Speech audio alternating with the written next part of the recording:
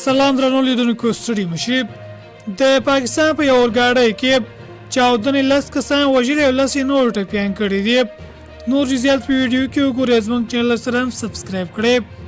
د پاکستان پنجاب ولایت کې په یو مسافر وړونکي اورګاډي کې د رفتار پر مهال درنې چاودنې 10 کسان وژلي او 10 نور ټپیان کړي دي.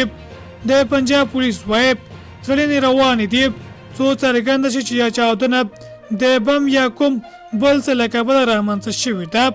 د پاکستان د اورګاډیو ادارې ویلې د چاودنې له کبله په وژل شوو کسانو کې یو میرمن هم شامله ده. ژغورنې ډلې ویلې د چاودنې له کبله وژل شوي او ټپیان یې نږدې روغتون ته رسولي دي. چاودنې نږدې شلو ورځې وړاندې هم له کویټې کراچۍ ته پر لاره د یو بس غورځېدو له کبله لسګونه مسافرو ته مرګ ژوبله اوښتې وه.